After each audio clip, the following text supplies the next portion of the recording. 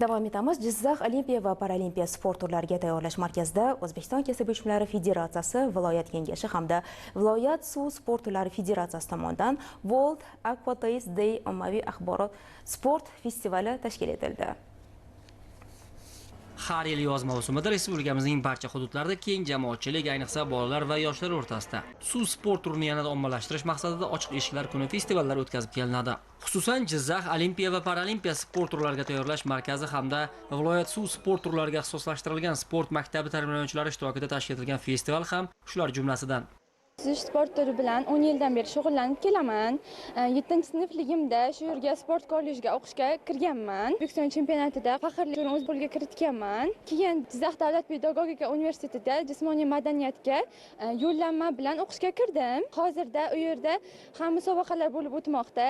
Yangi O'zbekiston talabalar ligasida 50 metr erkin usulda faxrli birinchi o'rinni egalladim. Kelajakda maqsadlarim bundan ham yaxshi natijalarga erishish. Oldinda O'zbekiston chempionati turibdi, o'shanga tayyorgarlik ko'rmoqdamiz. Festival avvalida viloyat suv sport federatsiyasi mas'ullari mazkur tadbirning maqsadi haqida to'xtalib, viloyat sportchilarining respublika miqyosidagi, shuningdek, xalqaro musobaqalarda erishgan yutuqlarini e'tirof etishdi. Shundan so'ng ochiq suv havzada suv sport turlari bo'yicha sportchilar o'zlarining ko'rgazmali chiqishlarini namoyish etishdi. Dastlab markaz tarbiyalanuvchilari suzish va parasuzish yo'nalishlarida o'z imkoniyatlarini ko'rsatib berishdi. Shundan so'ng muxlislar olqishi ostida suv sport turlariga ixtisoslashtirilgan sport maktabi o'quvchilari sinxron suzish, suvga sakrash va suv polo yo'nalishlarida o'z chiqishlarini namoyish etdi. Bu festivalga biz Sug'jana sport markazidan keldik.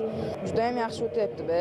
Bizning sport turimiz suv polosi deyiladi. Bizda asosiy maqsad hozir sentyabrda bo'lib o'tadigan O'zbekiston chempionatiga tayyorgarlik ko'ryapmiz.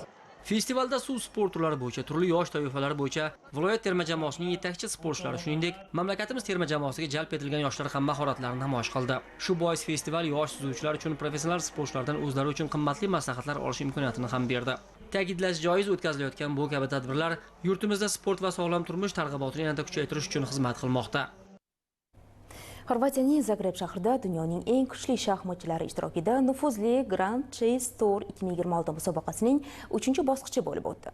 Unda Nodirbek Abdusattorov rapid va blitz yo'nalishlari yakuniga ko'ra 23.5 ochko jamg'ardi va turnirning kumush medaliga sazovor bo'ldi.